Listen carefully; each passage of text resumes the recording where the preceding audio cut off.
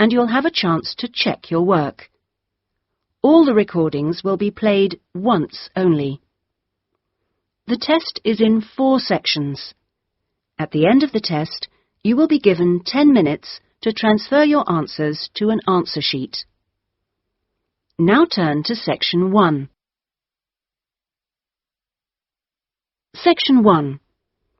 You will hear a man telephoning a library to find out about joining. First, you have some time to look at questions 1 to 5.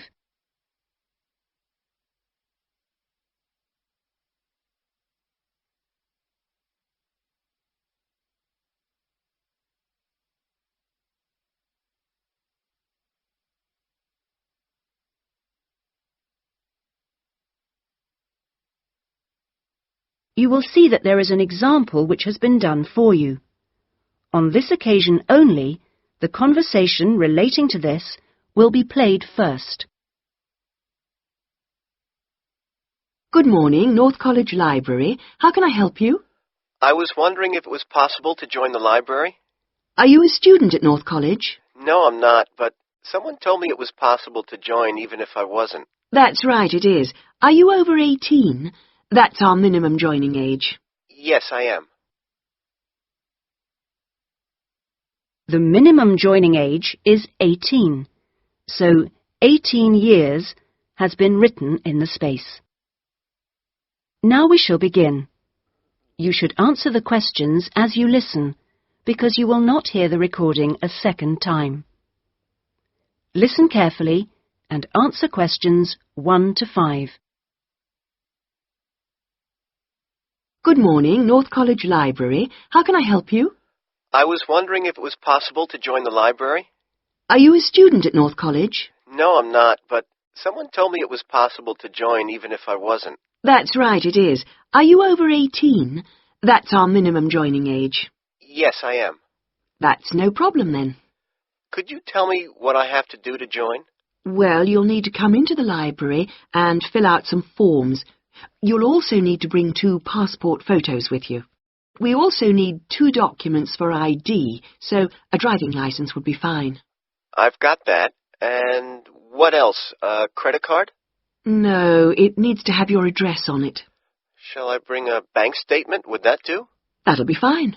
Good. Does it cost anything to join? Well, it's free for students here, but otherwise it's £125 per year, or £25 if you've got a current student card from another college. I was at Westerly College until last year, but now I've got a job at Jefferson Steel Factory. It's more expensive than I thought. My local library is free. But you'll find they don't have the range of reference books or facilities which we buy for our students. That's why you have to pay to be an external member. I see. How many books can I borrow? We allow 12 items borrowed at any one time if you're a student, and that includes CDs, DVDs and videos. However, it's only 8 items for members of the public. Fine. And how long can I have them for? Well, you can have both fiction and reference books for 4 weeks, which isn't bad, really. And what happens if I return them late? Like all libraries, there's a fine system in place. The minimum fine is £1.50, but it can be much higher for some items, up to £5 per week. We'll give you a booklet with all the details when you join. You can always renew items, if they're not required by anyone else, by telephoning or logging onto our website. Before you hear the rest of the telephone call, you have some time to look at questions 6 to 10.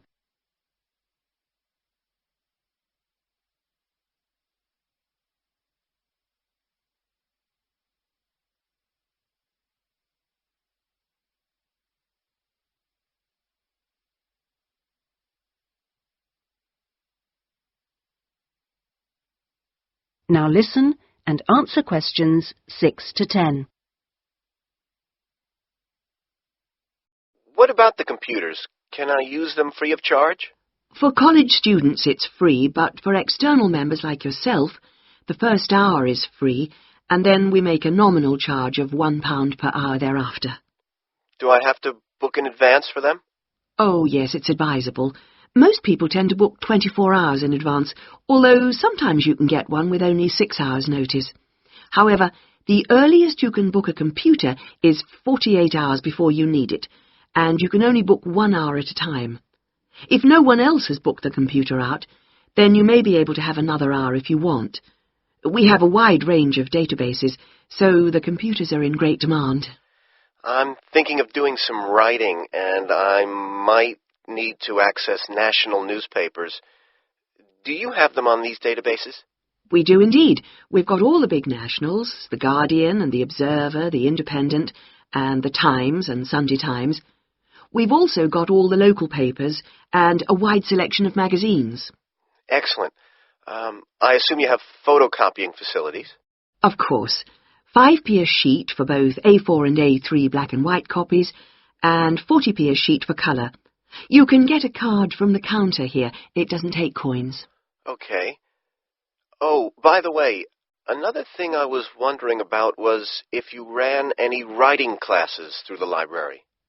We do, but you'll have to speak to John Grantingham about that. He's our resident author. He runs the creative writing classes. John Grant... could you spell that for me, please? Certainly. Grantingham.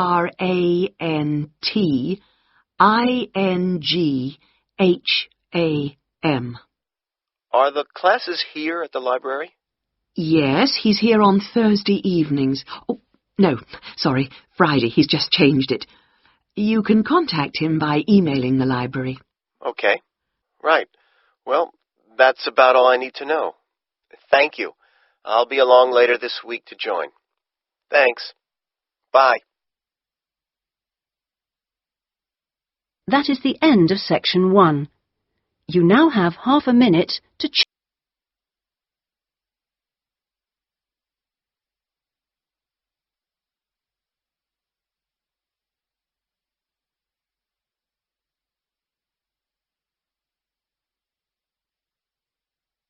Now turn to section 2.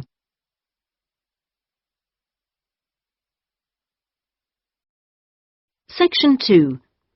You will hear a man called Dan Pearman talking on the radio about Pedal Power, a UK charity which sends bicycles to people in developing countries. First, you have some time to look at questions 11 to 15.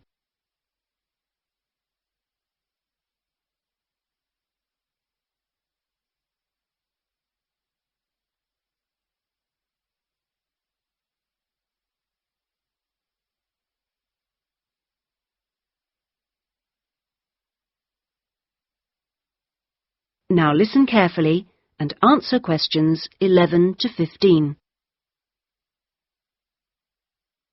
My name's Dan Pearman, and I'd like to talk about the work of Pedal Power, a small charity based mainly in the UK. I'll be giving our contact details at the end, if anyone would like to find out more about how to support us. But first, how the charity began. I got the idea of exporting bicycles to developing countries while I was in Ecuador. I went there in 1993, just after graduating from university. After 3 years of studying, I wanted adventure. I loved travelling, so I decided to join a voluntary organisation and was sent to Ecuador to carry out land surveys. The project came to an end after 5 years, and when I returned to the UK in 1998, I started planning Pedal Power. Where I lived in Ecuador was a very rural area. My neighbour had the only bicycle in the village, whereas everyone else walked everywhere. My neighbour's business was unusually successful, and for years I couldn't understand why. Then I realised having a bike meant he could get where he wanted to go without much trouble. Other local carpenters could only accept jobs in a 3-kilometre radius, so no matter how skilled they were, they could never do as many jobs as my neighbour. At Pedal Power, we collect second-hand bikes in the UK and send them to some of the poorest regions in the world. When we distribute bikes overseas, we don't give them away for free. We'd like to, but long-term that doesn't really help the local economy. The demand for bikes is enormous, which makes them very expensive locally. so we sell them for 5% of the normal price. But in order to continue operating, we need to have a constant supply of bikes which we send out every 6 months. One example of a town that's received bicycles from Pedal Power is Rivas. It was the first place I sent a full container of bicycles to. Most people there now own a bicycle. The local economy has developed so much you wouldn't recognize it as the same place. In fact, there are more bikes than on the streets of Amsterdam, if you've ever been there. But Pedal Power still needs your help. You may have read about some of our recent problems in the British media. In August 2000, we simply ran out of money. We had containers of bikes ready to send, but no money to pay the bills. It was a terrible situation. We managed to ensure the bikes went out on time, but the other problems carried on for several months. Before you hear the rest of the talk, you have some time to look at questions 16 to 20.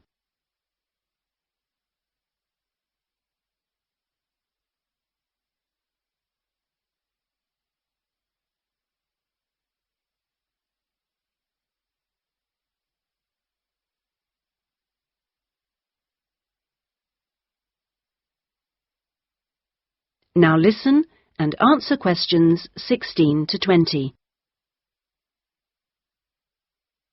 Fortunately, in October 2001, we won an Enterprise Award, which helped us enormously.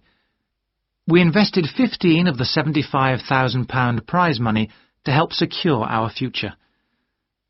Winning the award helped raise our profile, and the money enabled us to pay all our shipping costs, which represent our greatest expense. Pedal Power changes lives. When someone gets a bicycle from us, they see a 14% increase in their income.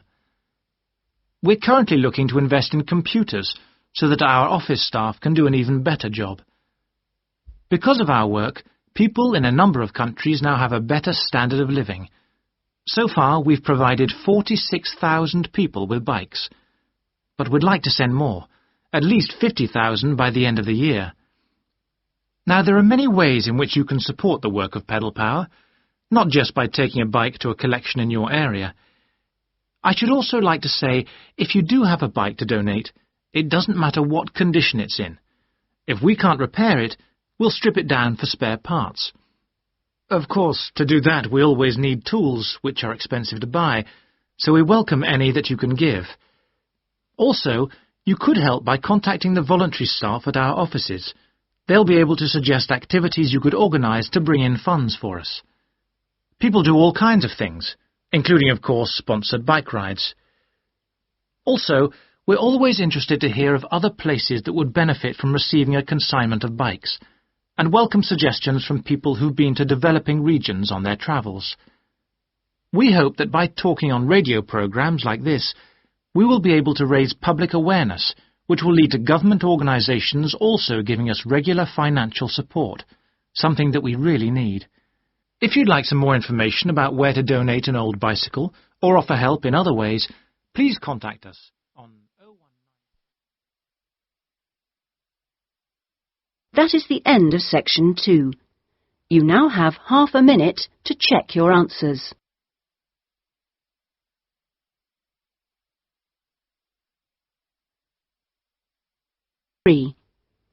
You will hear a discussion between a college tutor and 2 students, Christina and Ibrahim. First, you have some time to look at questions 21 to 26.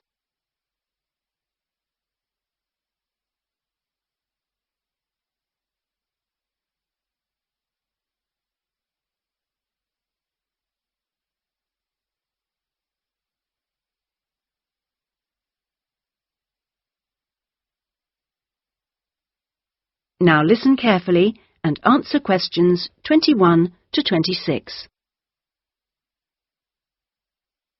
First of all, I'd just like to say, Christina and Ibrahim, that I really enjoyed watching your video about student life last week. And I could see that the rest of the group did too.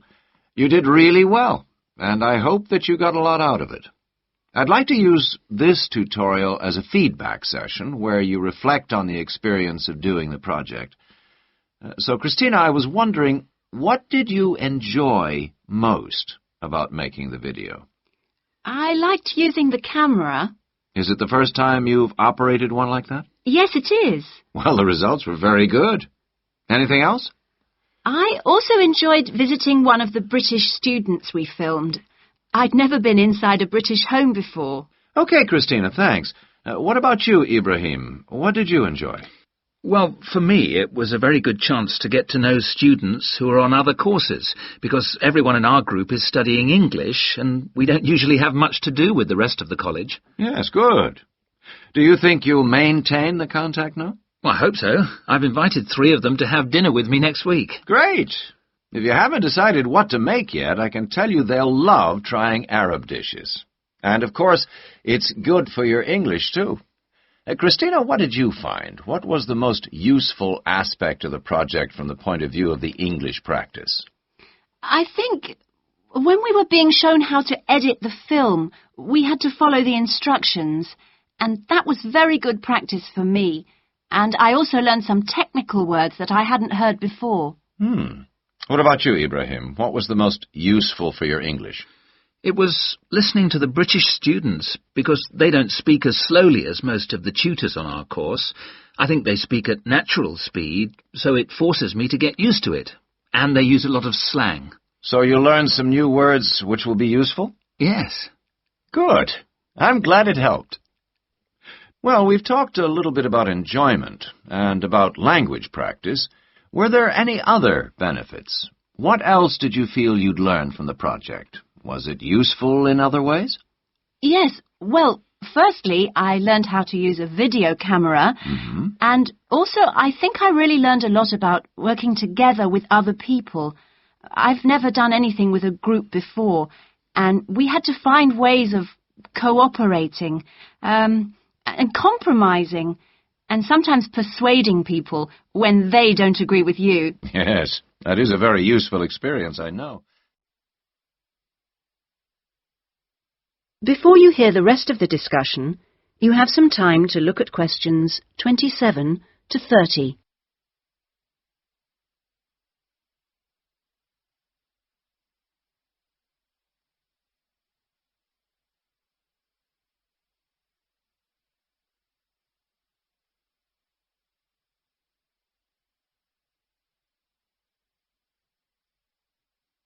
Now listen and answer questions 27 to 30.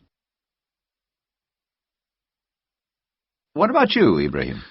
Well, I think I learned a lot about how important editing is. When you're filming, you think that everything's going to be interesting, but in fact we cut around half of it in the end, and then it was much better. Good. Well, one last thing I'd like to ask. What mistakes do you think you, as a group, that is, made? I mean, to put it another way, if you had to do it all over again, is there anything you'd do differently? We didn't plan very well. For example, we didn't decide on dates when we'd complete each separate step of the project, and we should have agreed about that in the beginning, because we were always late with everything. Right. Anything else? I think we should have tried to experiment more with the camera. I mean, with angles and the focus and that kind of thing. So you should have been more ambitious. Do you agree, Ibrahim? Not really. In fact, I think we were too ambitious. We were inexperienced, and we didn't have a lot of time, and we tried to do too much, to make a long film. Next time I would make a shorter one and try to get the quality better. Well, that's very interesting. Next semester we will be doing another video project, with a different content, of course, but you'll have an opportunity to put into practice what you've learned this time. Do you have any ideas about a different... That is the end of section 3. You now have half a minute to check your answers.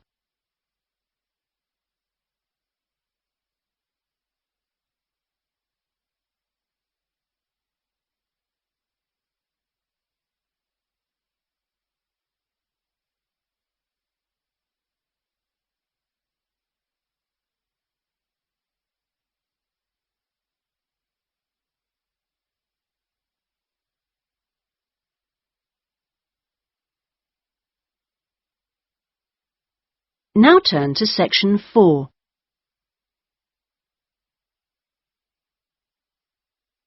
Section 4. 4. You will hear a talk about scientific research in the continent of Antarctica.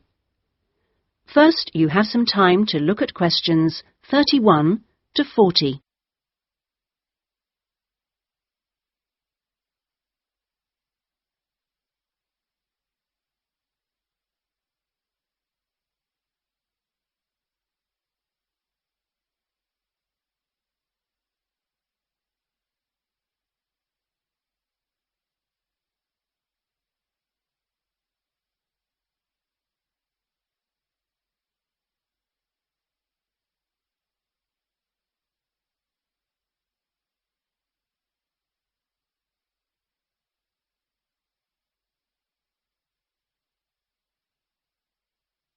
Now listen carefully and answer questions 31 to 40. Tonight I'm going to talk to you about that remarkable continent, Antarctica. Remote, hostile, and at present uninhabited on a permanent basis. For early explorers, it was the ultimate survival contest. For researchers like me, it remains a place of great intellectual challenge, while for the modern tourist, it's simply a wilderness of great beauty. First, some facts and figures. Antarctica is a place of extremes, the highest, coldest, and windiest continent, and over 58 times the size of the UK. The ice cap contains almost 70% of the world's fresh water and 90% of its ice. But with very low snowfall, most of the continent technically falls unbelievably into the category of desert.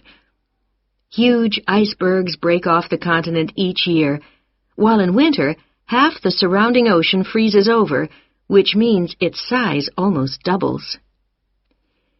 Research and exploration has been going on in Antarctica for more than 200 years, and has involved scientists from many different countries who work together on research stations. Here, science and technical support have been integrated in a very cost-effective way.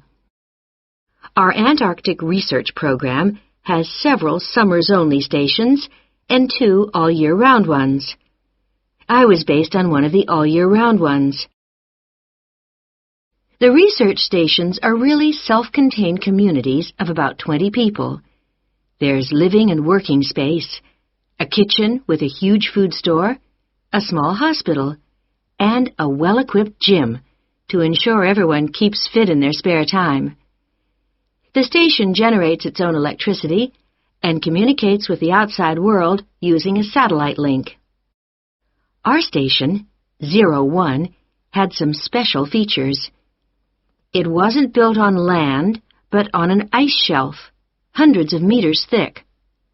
Supplies were brought to us on large sledges from a ship 15 kilometers away at the ice edge. Living in the Antarctic hasn't always been so comfortable. Snow buildups caused enormous problems for 4 previous stations on the same site, which were buried and finally crushed by the weight. Fortunately, no one was hurt, but these buildings became a huge challenge to architects, who finally came up with a remarkable solution. The buildings are placed on platforms, which can be raised above the changing snow level on legs which are extendable.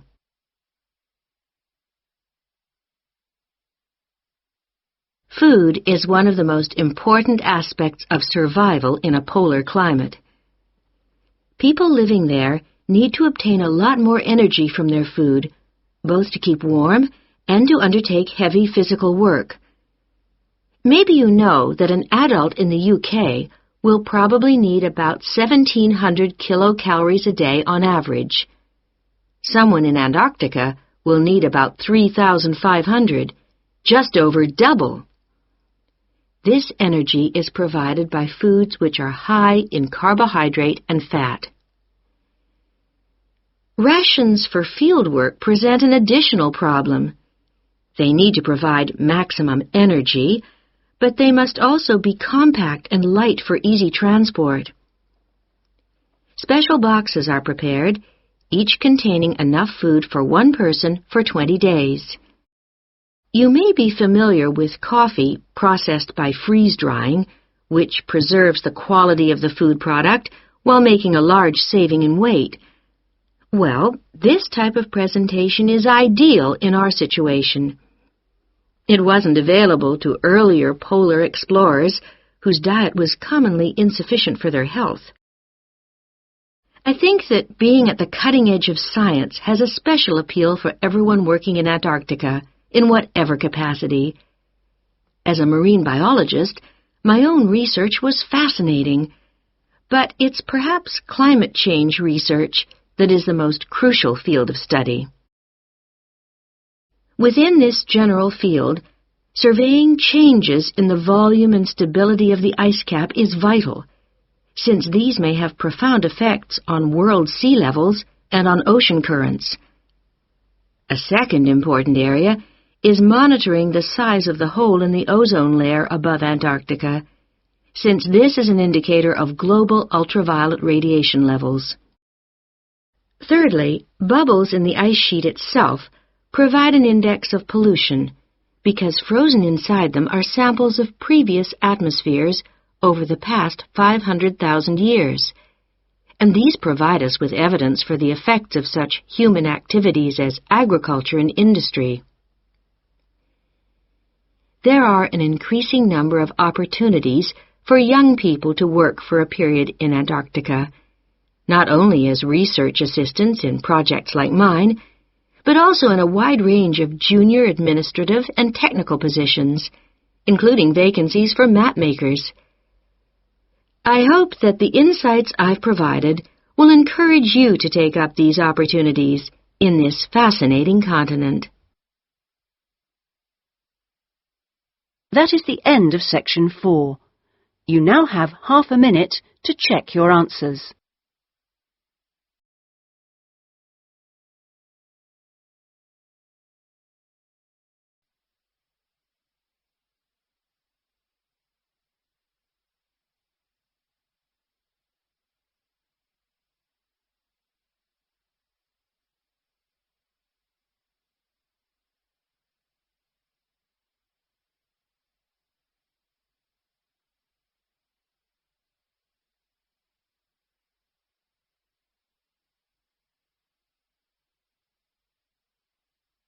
That is the end of the listening test. In the Ielts test, you would now have 10 minutes to transfer your answers to the listening answer sheet. Test 2. You will